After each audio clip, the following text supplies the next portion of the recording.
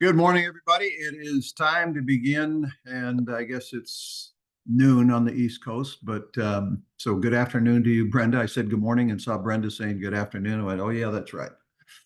Oh, yeah, that's right. How the heck are you guys? Well, we don't have any crazy weather going on. Sometimes, almost every time we get together, there's something going on somewhere, but it seems like things are fairly calm right now. Um, Helen, Kevin, everybody.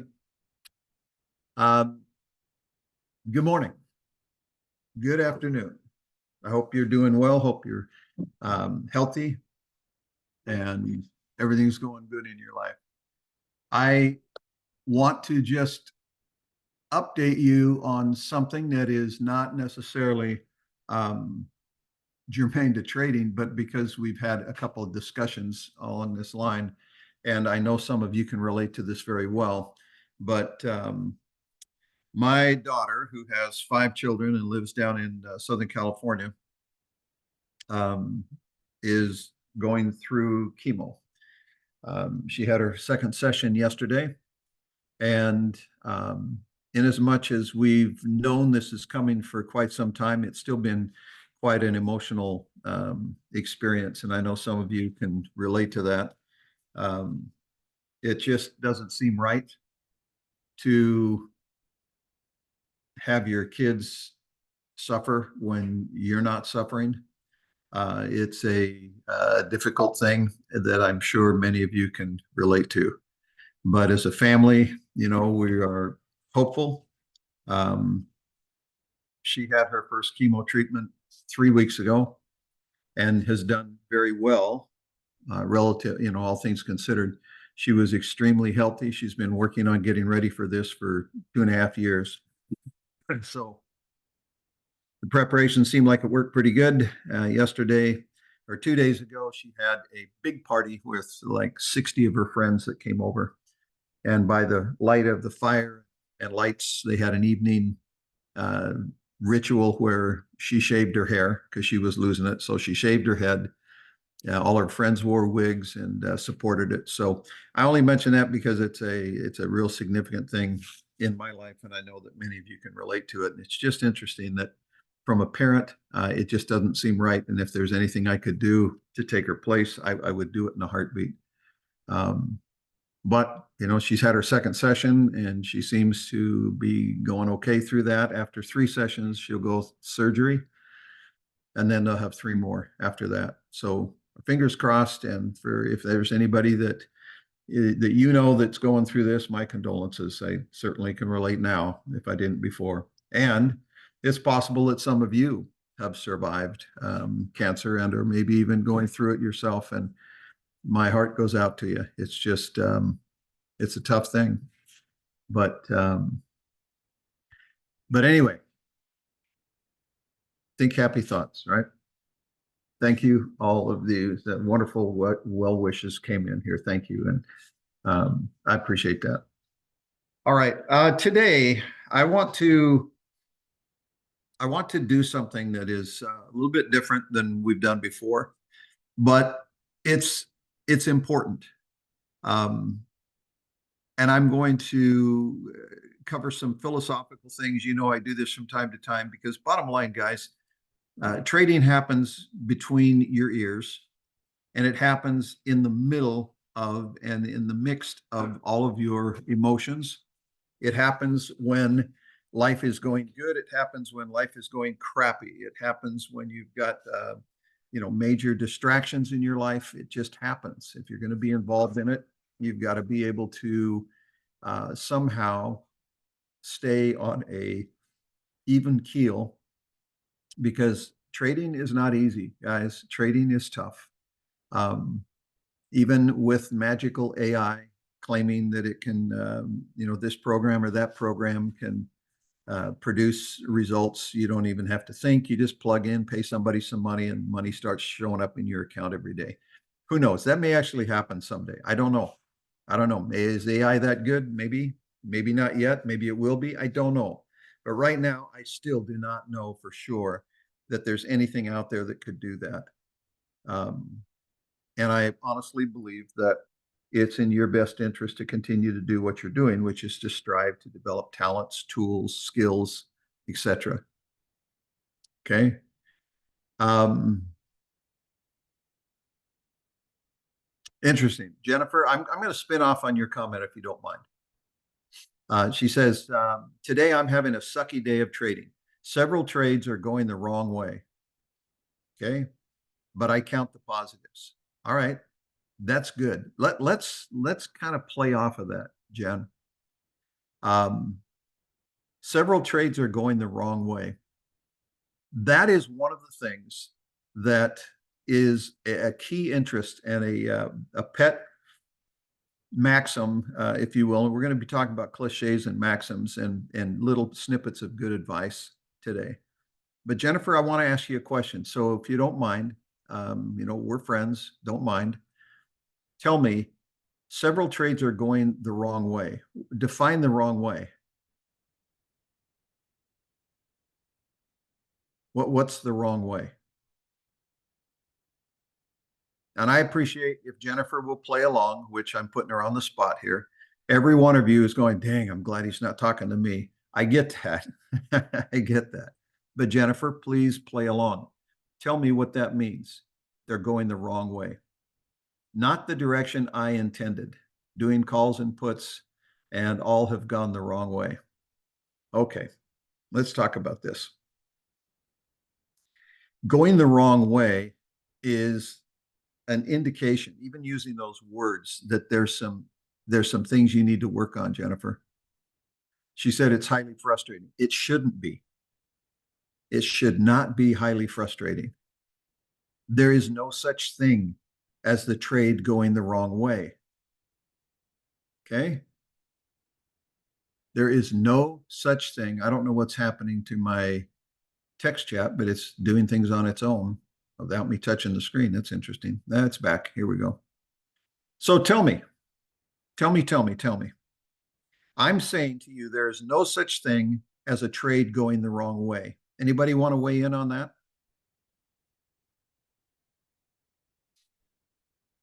I'm serious. Tej, thank you for that. A little sidebar. But let's get back to Jennifer. And anybody who wants to make a comment, I'm saying unequivocally, there is no such thing as a trade going the wrong way. Now, I'm going to, while you're pausing, wondering, do I dare say anything? I don't want to say something and be wrong and have Ryan call me out. I'm not going to call you out. I'm trying to teach you something here. There's no such thing as a trade going the wrong way. When I met with Sensei Steven Seagal, and yes, I'm dropping a name, but I did, one of the things that I got from him that was profound, very profound, that took me years to fully understand. And he said, if you're in a Mortal Kombat situation, and sometimes you guys think about trading as Mortal Kombat, somebody takes your money, you're ready to, you want to go after them. It's a fight, you're fighting the market. You're really not. You shouldn't be. Maybe, you probably are, but you shouldn't be. But what he said to me was profound. And he said, Ryan, if you make, now this is a Mortal Kombat situation, even if your life's on the line, if you make it about winning and losing, you're already dead. Just roll over. Because it's not about winning and losing. You go, really? My life's on the line. You're right. But it's not about winning and losing. He said, if you do the right thing in each moment, the winning takes care of itself. If you focus on it, if you make it winning and losing, you're already dead. Okay. Now, Barry says I should not be expecting. If I expect, then it can go my way, or if I expect, then it can go my way, or it can go another way, which would be the wrong way. This was that Jennifer's experiencing. Donald says, I refer to them as tuition. That's kind of tough tuition. Okay, I get that. Is there? This is the bruises.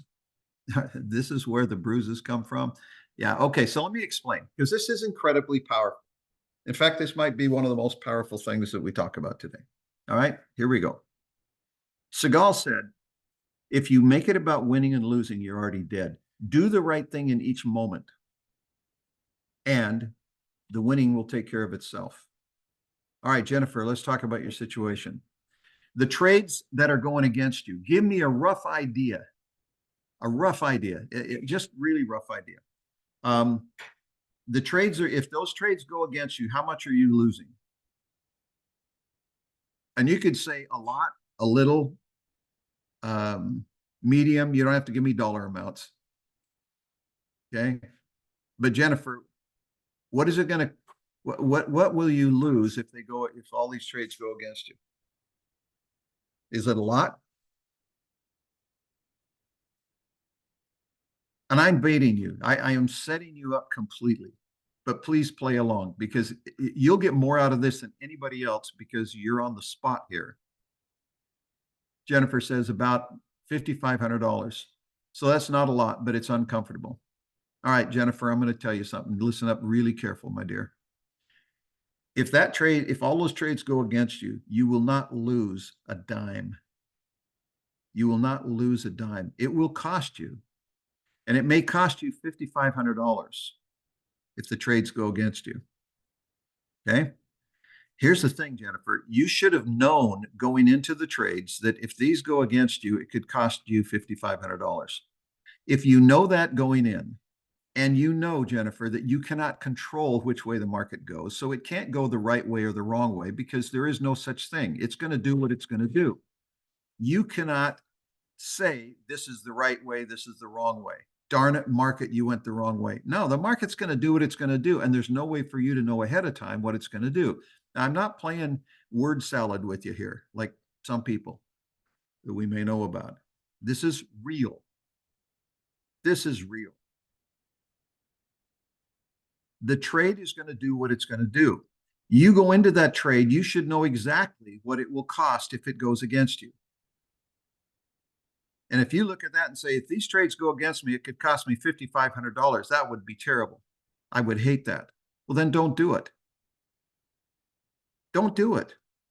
But by darn, you better know going into the trade that if it goes against you, not the wrong way, if it goes against you, against your position, it could cost you $5,500. And if you're okay with that, then don't complain when it happens because you already said it was okay. I don't know which way it's going to go. I can't control which way it's going to go. Therefore, if it goes in my favor, I could make $8,000. Awesome. $10,000. Better. That's wonderful. If it goes against me, it could cost me $5,500. Are you okay with that? Don't do the trade unless you can say, yeah, I'm okay with that. And if you say I'm okay with that, then don't complain if it happens. It's going to happen. It's going to do what it's going to do. And that is a possibility. If you know going in it's a possibility, then you can relax and you're doing the right thing. It went against me. It cost $5,500. Yeah, okay, that's all right. I knew it could happen. It just those didn't work. Okay. Now, you can't say I'm okay with the position and then get mad if it goes quote unquote the wrong way, if it goes against your position. There's no right or wrong way with the market. You are in a position to participate or not participate. You can't change the outcome. You can't affect the outcome. You can't get in there and dictate which way it's going to go. You know that. So you have to be in a position to let it do what it's going to do. This is why we use and push a 3 or a 4-to-1 ratio. I want to have 4-to-1 ratio. 4 times the upside is my risk. If I'm going to risk $100, there should be a reasonable chance of making 400, or don't do the trade. Maybe you use 300, but there should be a 3 or 4-to-1 ratio. Now, if you do that, you can afford to have some trades go against you because when they go against you, it's $100. When they go in your favor, it's $300 or $400 or $800. Okay. So without doing it on purpose and maybe without knowing, Jennifer, you're committing one of the biggest mistakes that can possibly be made in trading, and you're making it personal. You're making it personal. You're allowing your emotion to be involved in determining at the beginning of the trade, there's a right way and a wrong way. There's no such thing. It's going to do what it's going to do. And you don't know, and I don't know, and nobody knows. And if they do, they've got insider trading. They ought to go to jail if they trade on it. So if you can't know the outcome, you can't attach winning and losing to it. You just can't, because it's a guess. And so in trading, do we guess? Well, kind of. What we do is we set up a scenario that has reasonable parameters. It has reasonable risk. It has reasonable reward. And you go with it. That's it. Okay? Brenda says, another day to trade using the right skills at the right time. You do the right thing at the right time, and the winning will take care of itself. And so will the losing, right? Well, Segal said that, but I have been taught, and I teach my students, that you should not make it about winning and losing, because you can't control the outcome. Now, in a Mortal Kombat, if you do the right thing, you can affect the outcome. In trading, you can affect the long-term outcome of your conglomerate or your aggregated trades by having good risk management. You can't control an individual trade, but you can control a conglomerate or an aggregate of trades by having good trade management. All right. Jennifer said, yeah, it could cost me even more if I didn't unwind. Okay, that's great that you had the ability to unwind. I would hope, Jennifer, and you haven't said, but I would hope that you already had that determined ahead of time where you would unwind. See, in theory, if you had that already figured out, you already knew that it could be $5,500 or thereabouts. If you already had predetermined exit, you should have calculated what that could cost, because that is your reward risk ratio. You've got to know what the upside is, and you've got to know what the downside is to the trade. If it goes against me, not if it goes wrong, if it goes against my position, I'm willing to let it cost me $100.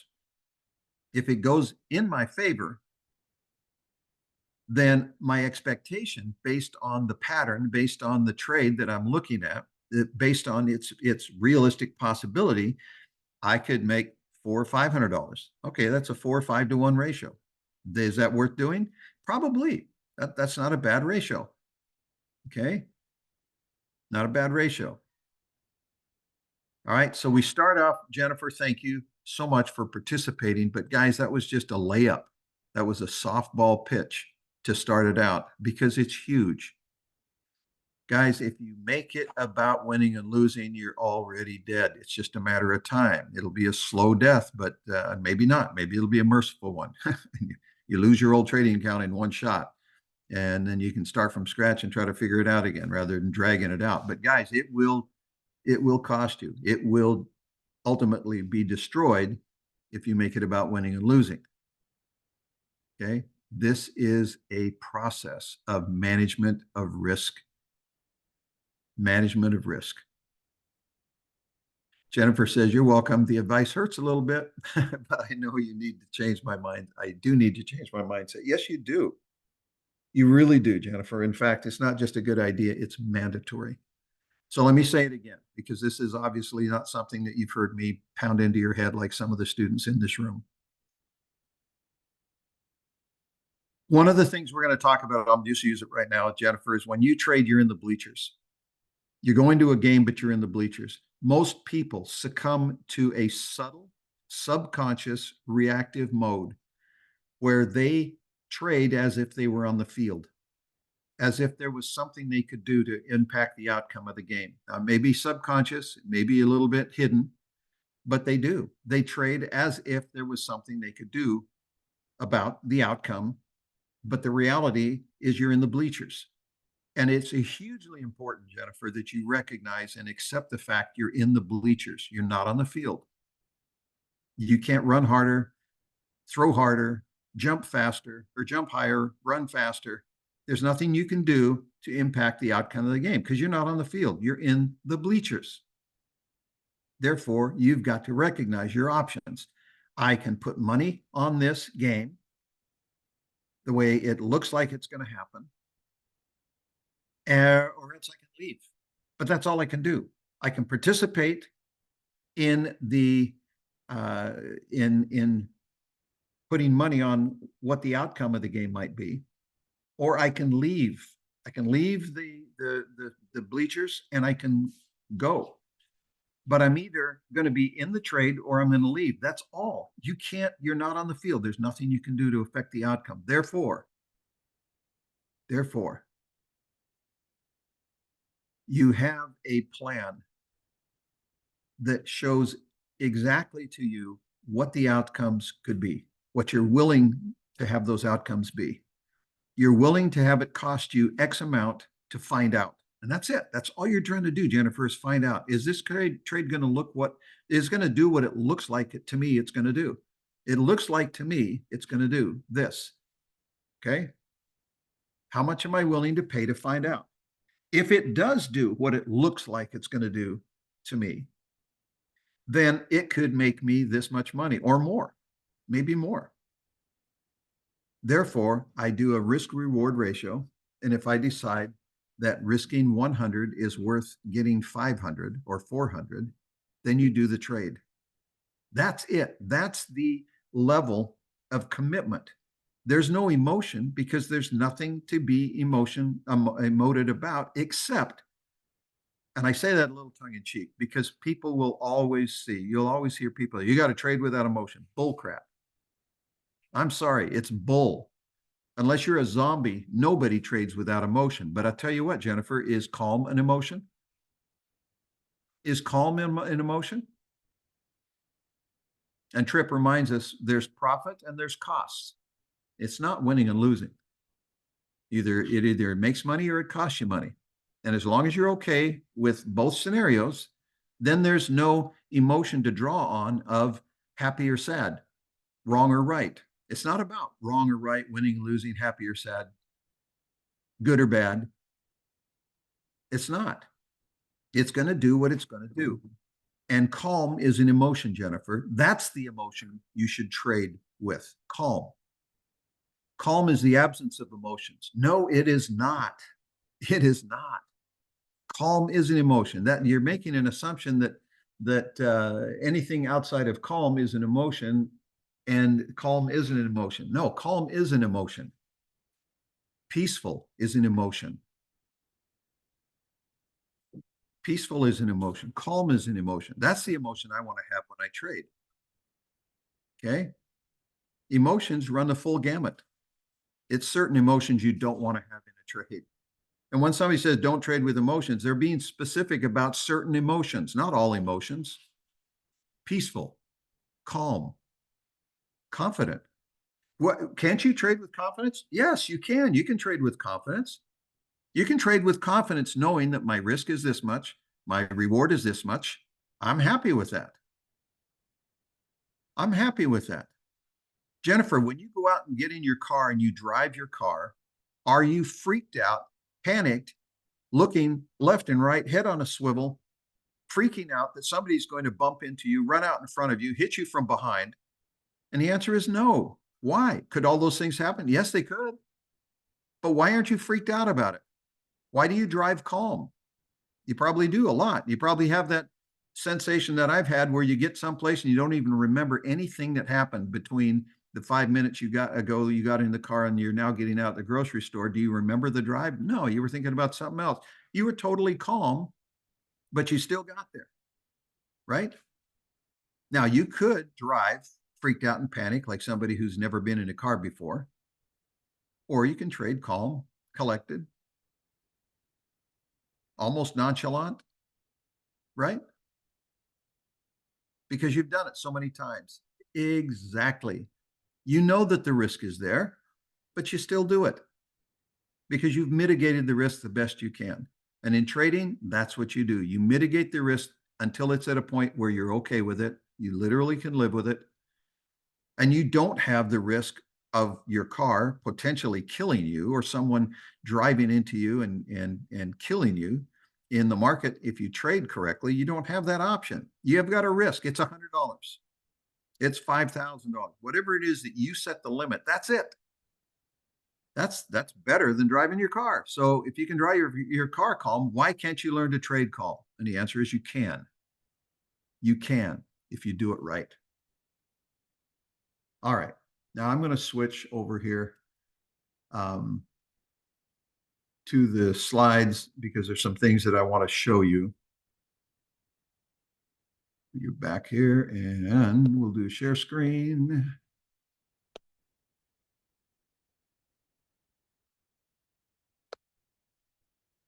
And tell me if this comes up properly. You should see a full screen. It says Trading Coaches Playbook. Just somebody give me a quick yes, and we'll move on. Yep. Okay, here we go. All right. Here's our acknowledgement. I should have done this at first, but you know, Jennifer, you just kind of set me off there, and I just couldn't help myself. And I hope that was beneficial. She's being a good sport, and I hope everybody got something out of it. Guys, we do not give you specific trading advice, but by darn, we do everything we can to give you advice that will be helpful in your process of making decisions. Not on any specific trade.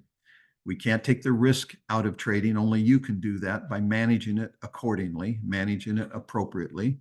There's always going to be risk, but what we're providing is not recommendations, but it's guidance, information, education. All right. You should have that memorized. It's long enough. There is our upcoming list, our calendar list. Good stuff. Always. I always give props to Rob for the content that he's able to put out. It's amazing. I know how hard that is. In fact, here's one coming up right near my good friend, Tony. So let's start in with this right here. We'll pick up by just shifting gears. And what I wanted to talk to you today about was cliches and maxims. There are so many out there. And it can be two things. It can be a little overwhelming if you try to memorize all of them. But there's a perspective I want to give you that will help. And the other thing is that a lot of maxims, even ones that have been around for a long time that sound really good, are garbage. Are garbage. There are maxims out there that I hear repeated on CNBC that haven't been true for years. Literally, they haven't been true for years. But it's in the body politic. It's something that everybody has heard. And at certain times of the year, that's just what you talk about because this is, you know, all that relates to this time of year. And it just frosts me when I hear some of these commentators on CNBC and Newsmax and CNN and MSNBC on their finance programs puppeting these cliches that they're not even true anymore. Okay. So what are cliches? Cliches and maxims, guys, are an interesting process. And I want to give them credit for what they are, but I also want you to be intelligent about your ability to use them. All right, here we go. If I spent 5 years working on something, and after 5 years of ups and downs and hard knocks and whatnot, I distilled out 2 or 3 nuggets that said, you know what? If I could save you all a lot of trouble, if I could save you some of the heartache and the grief that I've gone through over the last 5 years, learning what I've learned, I would reduce it down to these 3 things. And I would give you these 3 nuggets. And people go, oh, that's really good. Well, when I sat down with Steven Seagal 24 years ago, I wrote down 3 things. I was with him for almost 2 hours sitting out by the pool, by his, you know, out by his swimming pool in the backyard in Pacific Palisades, California, under an umbrella with another friend. Okay. It's in my mind. It's indelible. I can tell you so many things. I won't. I'm just saying that it made a big impression on me. But as I listened and talked with him for a couple of hours, I only wrote down 3 things.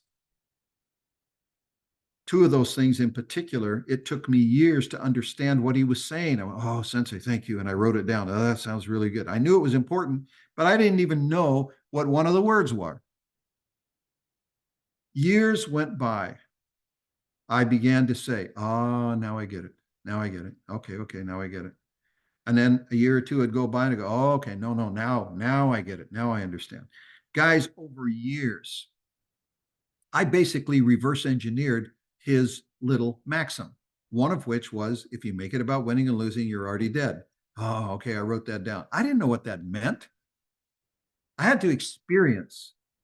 And then I had to realize, hey, this applies to a whole lot of things besides my Aikido training, my martial arts training. This applies to everything. This applies to trading.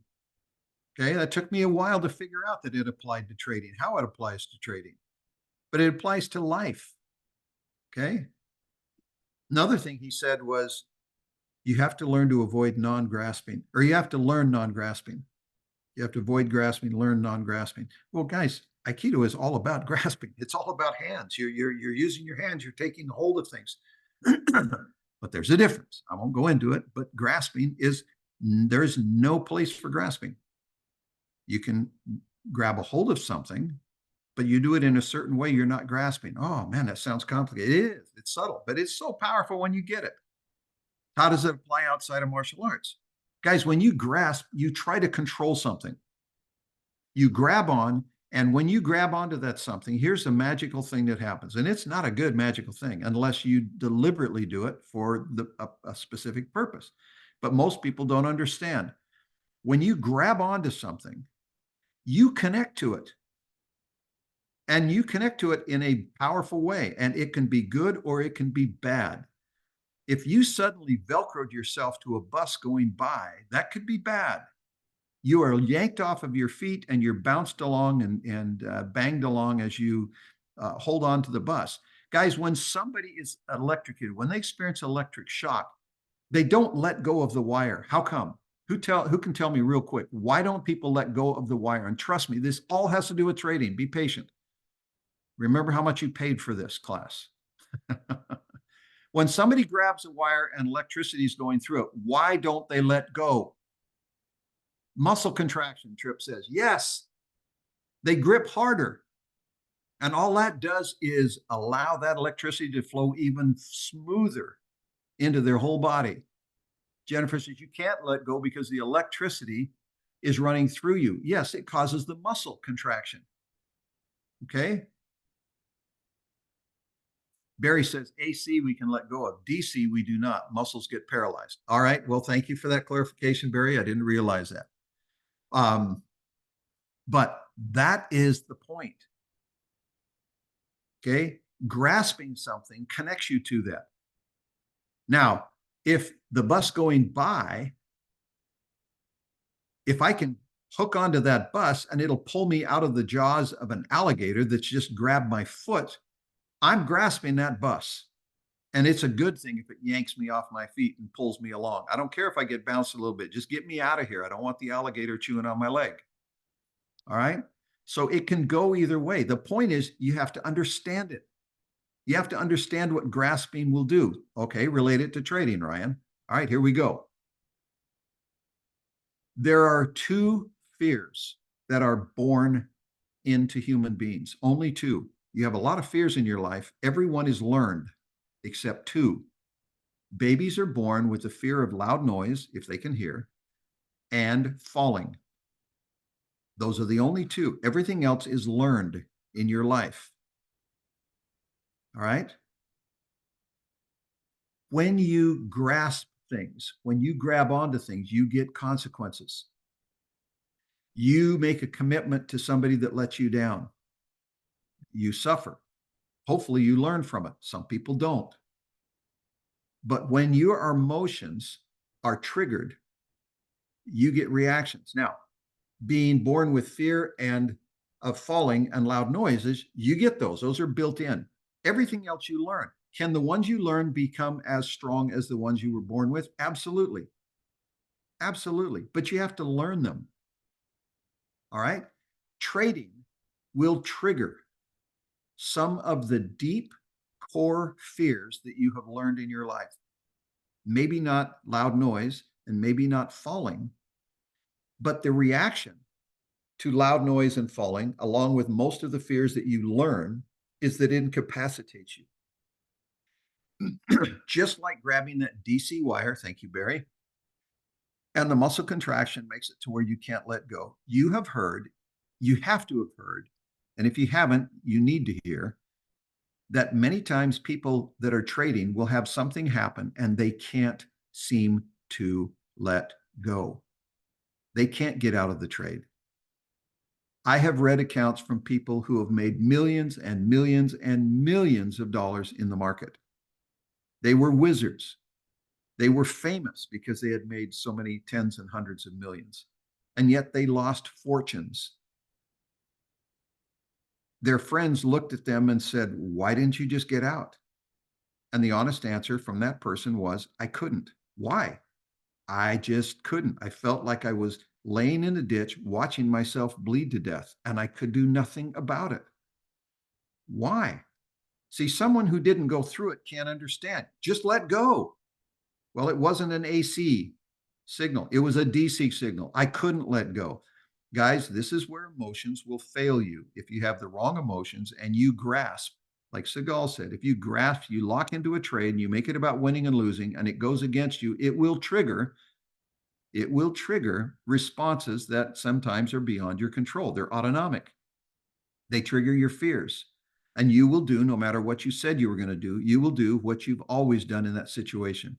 If that's a part of your life, if that's a part of your core beliefs, then in a certain situation, that's what you'll do. You can say, when you're not in that situation, you can say it 50 times, "I won't do this. Next time that happens, I won't do this. I won't do this. I won't do this. I'm going to do something different." And then guess what? It happens and you do it. Why? Because that's a trained reaction.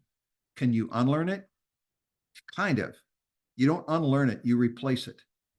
With the right help, the right training, you can replace a reaction with a different reaction, but it has to be trained. How do you think you got that emotional response that you have that just failed you? You got it over experience. How do you replace it? You have to have counter experience that's just as powerful and then more to replace it. Okay? Trading will trigger. Why? Because if you start to trade and you say, "I think it's going to do this," and it goes against you, Jennifer, it's like saying you were wrong. Now, there's almost nobody I know in this world that you can go up into them and say, "You're wrong," without it triggering something inside of them going, "What are you talking about?" "No, I'm not." It triggers a defensive reaction. When the market says you screwed up, part of you goes defensive, starts to get mad. You want to be on the field so you can fight back. It's not about that. There's nothing you can do. So you don't fight back. Mr. Miyagi in the Karate Kid movie said, "Best block, no be there when the punch gets there." Don't be there when the punch gets there. Well, how do you do that? Well, you set up the trade with your profit and risk ratio, and you set up what you can afford and what you're willing to do in that trade to do what? To find out. You're doing what you're doing in this trade to find out. That's all. All you can do is find out. Is it going to do it or is it not? If it works, then this is in my favor. Then this is what I get. Yay. If it goes against me, this is what it'll cost. Are you sure you're okay with that? Because it could go either way. Yes, I'm willing to pay $100 to find out. Okay, cool. Then don't cry, don't scream, don't get mad, don't say it went the wrong way if it goes that direction, because you shouldn't have been invested in it that way. Okay? So let me go back to the idea that if it took me 5 years to figure something out and I can distill it down into a quip, a cliche, a maxim, and I say that to somebody, how much value does that give them? Trip, I'm going to call on you as one of the senior members here that I know of in this group.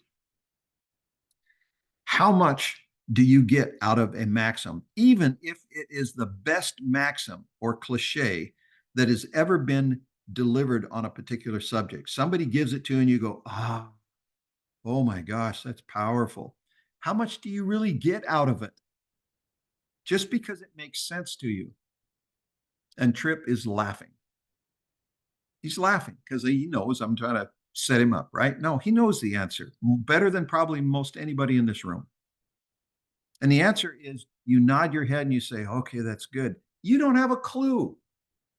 It's words that sound nice. But if you haven't had the experiences that created that maxim, you can't fully understand it. The best you can possibly do is to find somebody that you trust. And if they tell you something, even if you don't have a way to understand it, you say, "Okay, all right, I'll follow that blindly. I'll follow that with faith trusting that this will make more sense to me as I go along. Or you could say, oh, that's great. That's great. And then after the next 5 years of you beating yourself up, falling off cliffs, getting shot, getting run over, you can go, now I get what he meant. Yeah, you can do it that way, the hard way. Or you could say, you know what? I trust this person. It doesn't mean that much to me, but because I trust them, I'm going to follow that as if I knew what it was. And guess what, guys? You will find out. You'll probably save yourself a lot of heartache, bullet holes, tire tracks, right? But either way, you get to the same point. If you stay in the game long enough, you get to the same point. You either reverse engineer that maxim, which means it meant nothing to you. You had to go through the same experience that they did to find out that, oh, yeah, they were right. Or you trusted them and saved yourself a lot of hurt. And along the way, you realize, oh, wow, now I see why he was saying that. I'm glad that I listened. I'm glad that I trusted. Okay. Tripp says it can be useful, but actions are worth more than words. Correct. One of my favorites is you can't rent my experience or buy, you can rent my experience or you can buy my own. I like that one. I haven't heard that one, Tripp. I'm going to keep that one. I'm going to hold on to that. Yeah, guys, these maxims represent jewels. All right. And then I will say, or at least in some cases, they used to. All right. So, what are cliches? Well, one says, I like, as a man thinketh, or as a person thinketh in their heart, so are they. You guys, you are a product of what you think about ultimately. Okay. Ralph Waldo Emerson, that which you persist in doing becomes easier. Not that the nature of the thing has changed, but your ability to do has increased. Persistence, which means you can get really good at doing something wrong. Practice does not make perfect. Perfect practice makes perfect. So if you persist in it, you get really good at it. You persist in doing it wrong, you get really good at doing it wrong. Here's some other favorites of mine. Just put them out here. And we don't have time to go through them, but do the work. Simple. Pay the price. Yoda, do or do not. There is no try. Just do it. Nike. All right. Those are some things that are small little words that have huge life experience behind them. Guys, there is a price to pay to become competent at anything. Okay. The 10,000 hours. That book, Malcolm Gladwell, phenomenal. That consistency of taking about 10,000 hours to become a master at anything. All right. I love this one. If you have to eat a frog, don't look at it very long. That's just a good piece of advice in life. I struggle with that. Sometimes I look at that frog for a long time before I eat it and go, you know what? I should have just ate it. Ate it. I should have learned this with the cauliflower thing. That I hated cauliflower when I was a kid, and I just couldn't eat it. My mom would, my mom and dad were the kind that you sat on your plate while it's cold for 2 hours staring at it. And I'd mix it up with mashed potatoes, and you know what? You can't taste it, mashed potatoes, but I could. Oh boy, I could, because I talked myself into it. You know what? It would have been so much better if I just gulped it down when it was hot, had some butter and some salt on it, and get on with life. I've learned to love cauliflower. But when I was a kid, it was all in my freaking head. All right. The punch you see, the punch that knocks you out is the one you don't see. Okay. That's huge. Does it apply to trading? Absolutely. Guys, you get blindsided by the things that you didn't expect. Well, why didn't you expect it? Well, I didn't think it was going to do that. Well, you have no business thinking. Your opinion means nothing in the market. You can't affect the outcome. You're in the bleachers. You have no business thinking. So I didn't see that coming. That's your fault. Don't blame anybody. Don't blame the market. Don't blame anything. If you didn't see it coming, it's your fault. If you expose yourself beyond what you should expose yourself and it goes against you, that's your fault. Okay? The punch that knocks you out is the one you don't see coming. All right. Then we have all kinds. I won't go into these. The Peter Principle, Moore's Law, Murphy's Law. Guys, nature hates a vacuum. Why am I putting this one in here? This is a good one. Nature hates a vacuum. You can't say, next time I'm not going to do that. I already told you that. This is why I told you that. That doesn't work because the frame of mind that you were in when you did that thing that cost you, that was a mistake, you did it as a reaction in that frame of mind. When you're looking at this, you're not in that frame of mind. You're in a different frame of mind. You have a whole different chemical structure in your brain. There's a whole different set of hormones and chemicals that are flowing through your brain when you say, next time I'm not going to do that. Baloney. Of course you will. Because you did it and you've always done it in a different frame of mind. When you get there, just because in a different frame of mind you said, I'm not going to do this, you're not in that frame of mind anymore. You're in the frame of mind where that's what you do. Nature hates a vacuum. You can't just plug something out. So here, let me give you one of Ryan's maxims. THINK, think. Horrible word in trading because it's your opinion. Think. 5 letters. Nature hates a vacuum. I'm telling you, don't think. You're not going to say, I think it's going to do that. That's wrong. Now you're putting your emotion and you're putting your opinion into something you have no control over. You will trigger the wrong emotions when something goes your wrong way.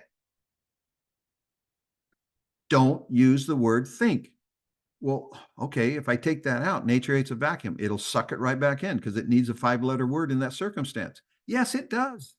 Yes, it does. So here you go. Take out those 5 letters, THINK. Replace them with LOOKS. Now, say the sentence again. Don't say, I think it's going to do that. It looks like it's going to do that. Now, 5 letters changes everything. Brenda says, explain what that means. Nature hates a vacuum. When you pull something out of an order, something will fill it. It doesn't leave a hole. If you pull it out and it's not sufficiently pulled out, you let go and it snaps right back in, Brenda. You can't just say, I'm not going to use the word think anymore when I'm in that situation when I say, I think it's going to do this. You can say it, but it doesn't work.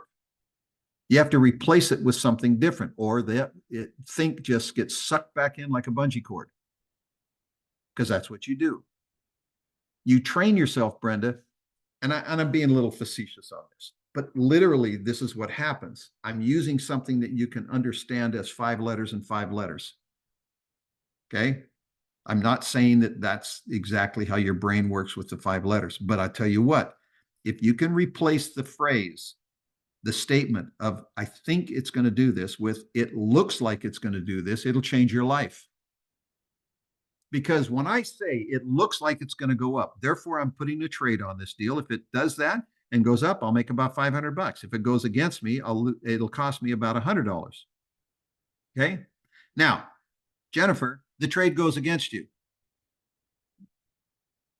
So, did it do what it looked like it was going to do? Nope. Is that your fault? Were you wrong? No, Jennifer, you weren't wrong because it did look like it. It just didn't do it. Nothing personal. Oh. But if Jennifer says, I think it's going to go up and it goes the other direction, it goes down, then Jennifer, you were wrong. Now it triggers defense. It triggers anger. It triggers feelings that you have when you're being abused by a power that you can't control because you can't control what just happened. Somebody just came in and opened your lunchbox and took your money and your sandwich. And there was nothing you could do about it. Now you're mad. You got to blame somebody. You're certainly not going to blame yourself, but you should. Now, you say it looks like it's going up and it goes up. Were you right? Yeah, I guess. It did look like it was going up. Did it go up because you thought it was going to go up? No, it was going to go up anyway. You just saw a situation where you said, yeah, it looks like it's going to go up. Therefore, if it does, I'm going to do this trade. And if it goes against me, it'll cost me this much. If it goes in my favor, it'll cost me this much. You can see how you can become neutral. You can be neutral if you can replace thinking with observing. This is what it looks like it's going to do. Ah, okay. How much are you willing to pay to find out? Well, what's in it for me? Well, if it does go up and it hits this resistance level, With that option trade, you'll make about $6,000. What if it goes the other direction? Well, let's define the exit strategy. Where would you get out where would you determine that it's going the wrong direction to the trade that you're going to be putting? So it's not wrong, but it goes against the trade that you're going to be putting on. If it goes against you, where are you going to get out? Right there. Okay. We can do the math. You can figure that out on an option trade. It's going to cost about $1,500.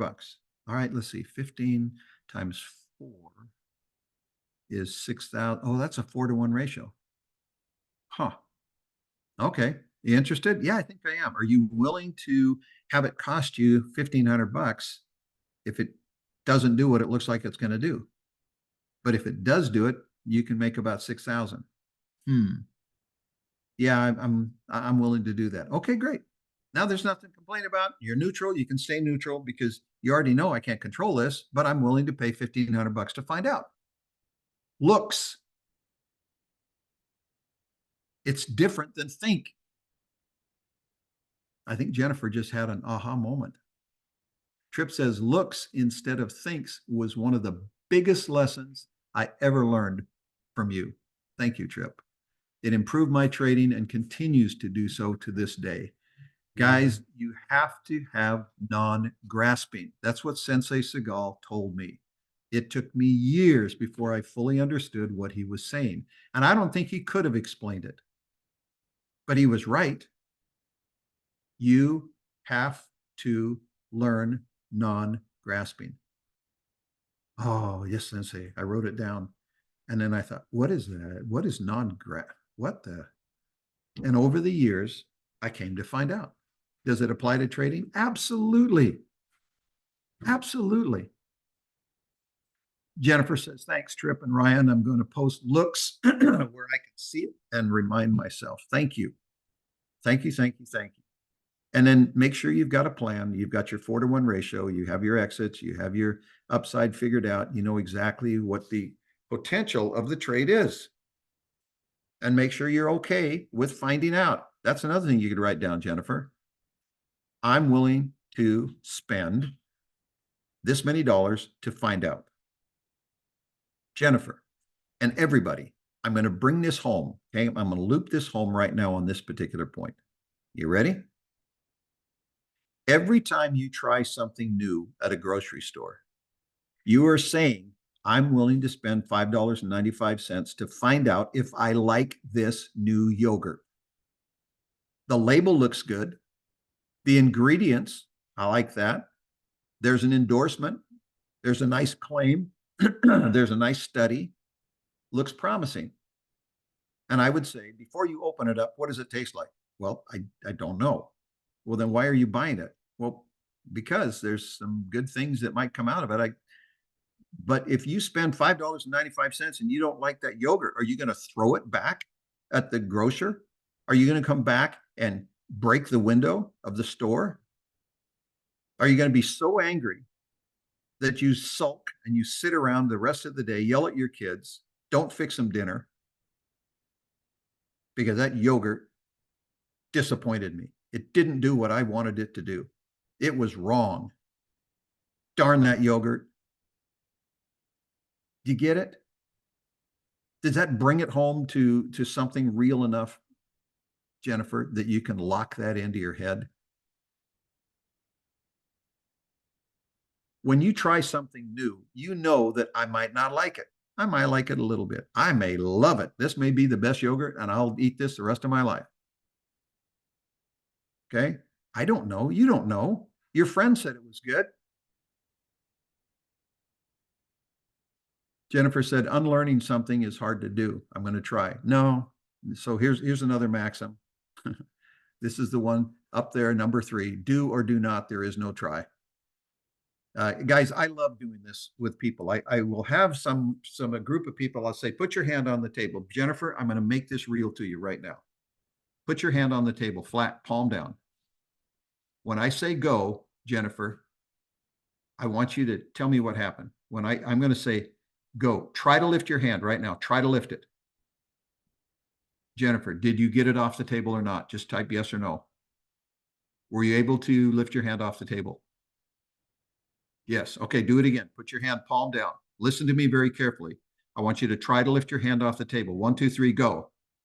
Did it come off the table, Jennifer? Yes. Okay. Guys, we have a problem here. Jennifer is hearing words, she's not listening.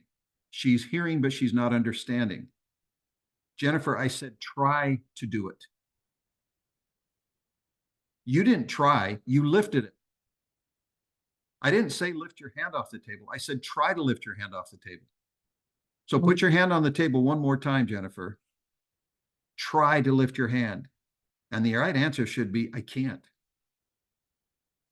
Because there's a difference between trying and doing. Right?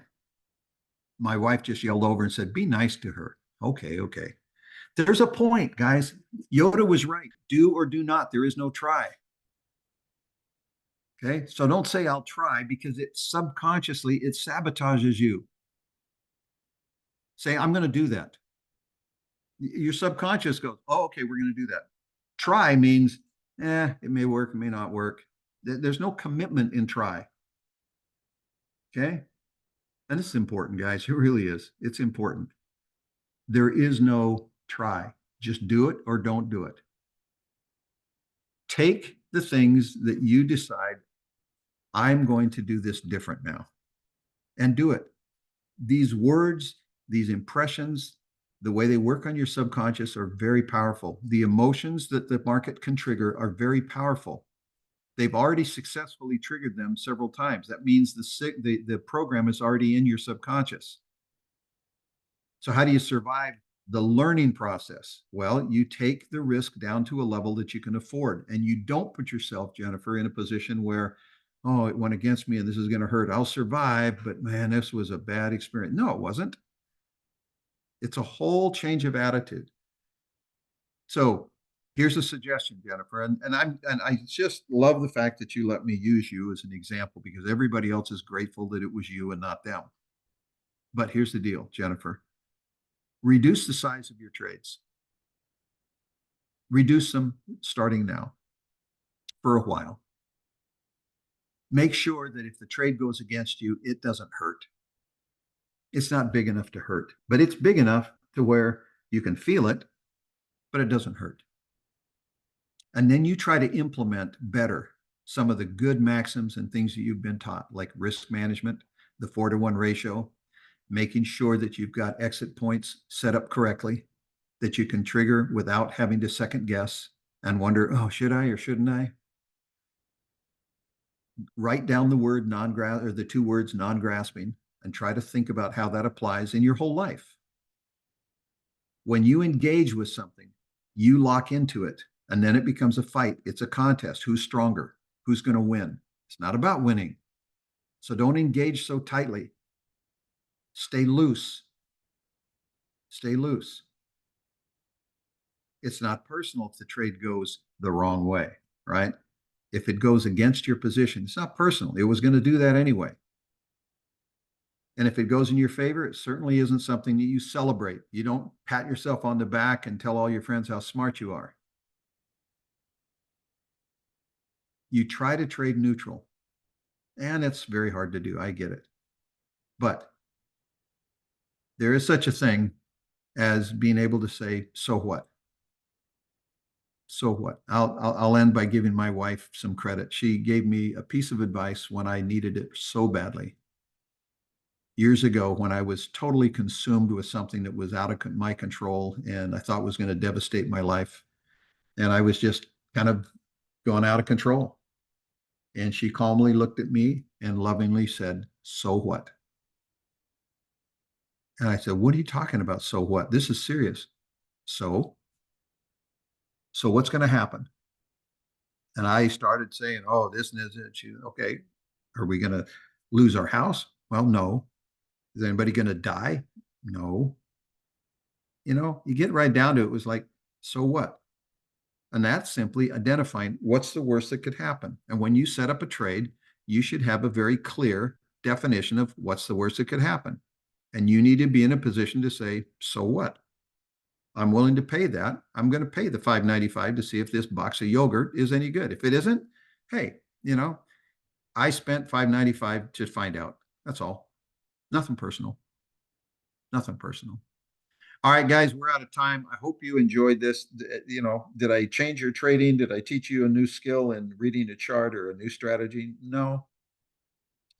But if you got any sense of what I was trying to do, if you've got any experience in the market, you probably got an inkling and you recognize the power of what I was talking about. And I really, really hope that you can grab a nugget or two and hold on to it. All right. Thank you, everybody. I appreciate it. Nice words. Happy trading. God bless. Have yourself a wonderful day, wonderful weekend, and we'll see you next time. Bye-bye.